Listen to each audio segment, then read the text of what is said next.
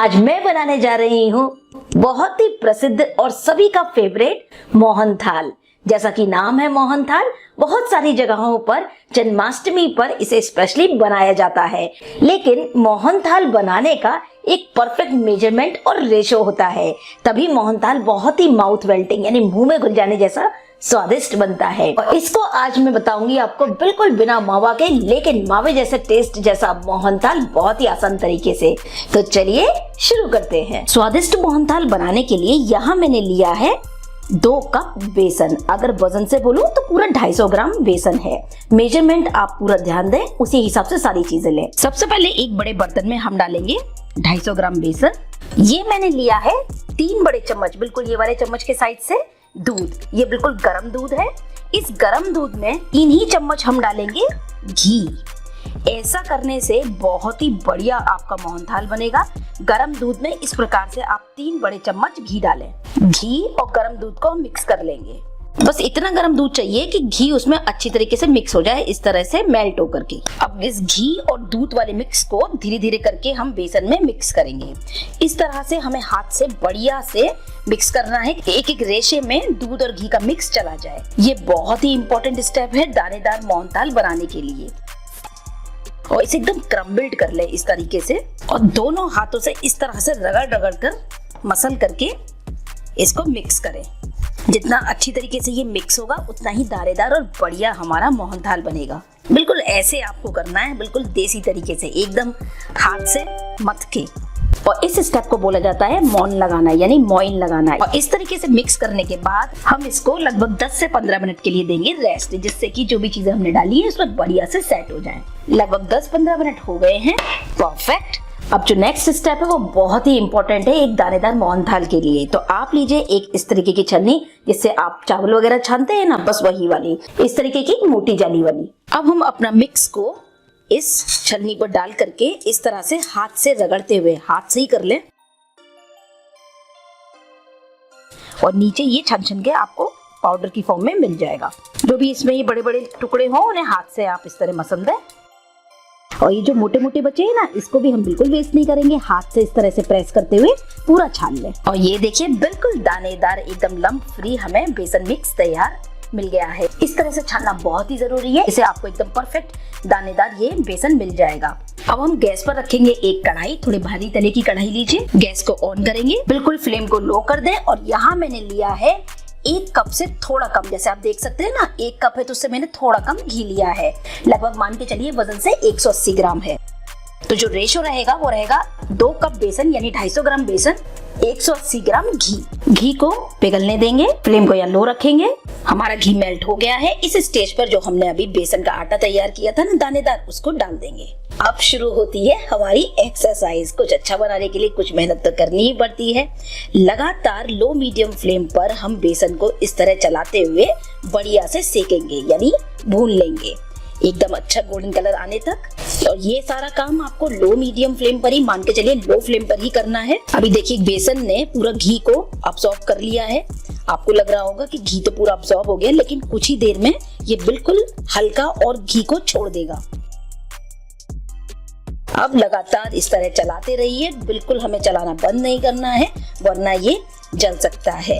तो इस तरह चलाते हुए बढ़िया गोल्डन कलर आने तक हम इसको भूनेंगे। मतलब आप बोल सकते हो कि हमें इसकी जरा बढ़िया से सिकाई करनी है कि इसमें बढ़िया स्वाद आए भुने हुए का, और ये बिल्कुल बढ़िया से गोल्डन हो जाए।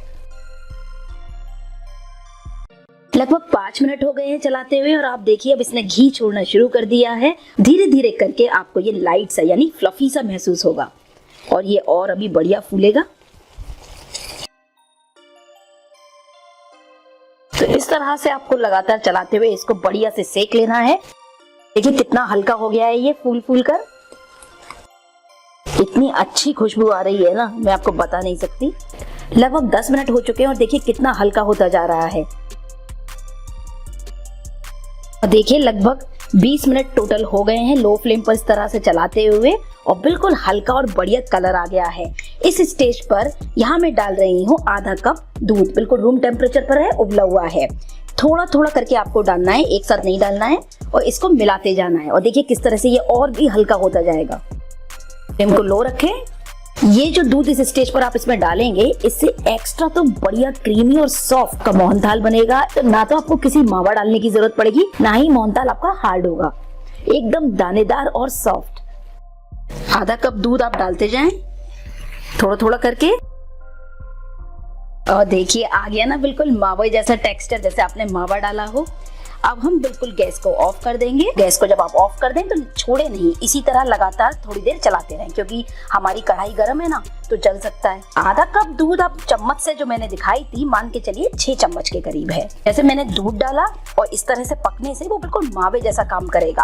आप यहाँ पर 100 से 150 ग्राम के करीब इस स्टेज पर मावा भी डाल सकते हैं। मैं आपको बिल्कुल ट्रेडिशनल मेथड ही बता रही हूँ, हमारे यहाँ इसी तरह बनाया जाता है और ये बहुत ही स्वादिष्ट बनता है। क्या होता है कि जब आप दूध या मावा नहीं डालते हैं तो जो बन तो जाता है मोहनथाल, लेकिन थोड़ा कड़कड़ सा, मतलब उसमें वो बात नहीं होती। तो इस तरह मैंने बंद गैस पर ही इसको चला लिया है। अब हम मिक्स को इसी तरह थोड़ा ठंडा होने देंगे। अब बनाते हैं चाशनी। गैस पर आप एक पैन चढ़ाएं, फ्लेम को मीडियम रखें। यहाँ मैं ले रही हूँ 1 कप चीनी। वजन से बोले तो लगभग 180 ग्राम के करीब है। आप चीनी की मात्रा यहाँ पर 200 ग्राम तक भी ले सकते हैं। अब सिर्फ इतना हमें इसमें पानी डालना है कि चीनी हमारी डूब जाए, यानी 1 कप मैंने पानी लिया है। चीनी के दाने को अच्छी तरीके से पिघलने देंगे। फ्लेम को यहाँ पर हम मीडियम रखेंगे, क्योंकि हमने 2 कप बेसन लिया तो 1 कप चीनी ली है और 1 कप ही हमने इसमें पानी डाला है। मीडियम फ्लेम पर चीनी को अच्छी तरीके से घुलने देंगे। चीनी अच्छे से घुल गई है। अब चाशनी में बढ़िया सा एक उबाल आने देंगे। मैं यहाँ जो चाशनी बना रही हूँ, मैं बना रही हूँ सिर्फ आधे तार की, क्योंकि मैं बनाने वाली हूँ सॉफ्ट मोहनथाल यानी लूज मोहनथाल। मोहनथाल 2 तरीके के बनाए जाते हैं। एक होता है जिसमें आप बर्फी जमाते हैं, दूसरा सॉफ्ट वाला। अगर आपको बर्फी जमानी है तो आप 1.5 तार की चाशनी बनाएं। चाशनी में उबाल आ रहा है। इस स्टेज पर मैं डाल रही हूँ 2 पिंच केसर के स्ट्रैंड्स यानी केसर के धागे। साथ ही मैं डाल रही हूँ आधा छोटी चम्मच इलायची पाउडर। अगर आपको इलायची का फ्लेवर पसंद नहीं है तो आप ना डालें। यहाँ पर अपने मन का आप दूसरे कोई भी फ्लेवर डाल सकते हैं, जैसे केवड़ा या रोज एसेंस। अच्छी तरीके से हम केसर को और इलायची, और हमारी चाशनी बिल्कुल परफेक्ट तैयार हो गई है। ये हमें कैसे पता चलेगा? आप हल्का सा उंगलियों के बीच में इस तरह से करें, आपको चिकना जैसे तेल होता है ना, वैसा फील होगा। ये देखिए पूरा तार नहीं खींच रहा है, लेकिन हल्का हल्का आधा तार आ रहा है। बस इस स्टेज पर हम गैस को ऑफ कर देंगे और गरम चाशनी को तुरंत ही अपने बेसन मिक्स में डालेंगे। ये हमारा मिक्स है बेसन का, इसको मैंने गैस पर नहीं रखा है। इसी तरह गरम चाशनी थोड़ा थोड़ा करके डालें, एक साथ बिल्कुल ना डालें। अच्छे से मिक्स करते जाएं, क्योंकि हम सॉफ्ट मोहनथाल बना रहे हैं। इस तरह से बिल्कुल बढ़िया हमारा मोहनथाल तैयार होगा। आप मीठा कम या ज्यादा अपने हिसाब से भी कर सकते हैं एडजस्ट। इस तरह से थोड़ा थोड़ा करके मैंने सब डाल दिया है और इस तरह लगातार चलाते हुए आप देखेंगे कि ये गाढ़ा सा होने लगेगा। अगर आपको पतला सा फील हो ज्यादा तो आप लो फ्लेम पर कढ़ाई को रख के तब मिक्स कर लें। ये देखिए आप देख रहे हैं ना, जैसे ये गाढ़ा होता जा रहा है थोड़ा थोड़ा। तो अब हम लेते हैं एक थाली या कोई भी प्लेट और इसको अच्छी तरीके से घी लगाकर चिकना कर देंगे और इस तरह से मोहनथाल को पूरी प्लेट पर हम सेट करेंगे। लग रहा है ना एकदम दानेदार, इसलिए मैं आपको बिल्कुल पास से दिखा रही हूँ। आप इसका दाना दाना, इसका टेक्सचर से ही देख सकते हैं कि ये कितना स्वादिष्ट और परफेक्ट बना होगा। अब अच्छी तरीके से हम थाली में फैला लेंगे। अब थोड़े से बारीक कटे हुए बादाम से इस तरह आप गार्निश कर लें अपनी चॉइस अनुसार। थोड़े से डाल रही हूँ बारीक कटे हुए काजू, थोड़ा सा पिस्ता।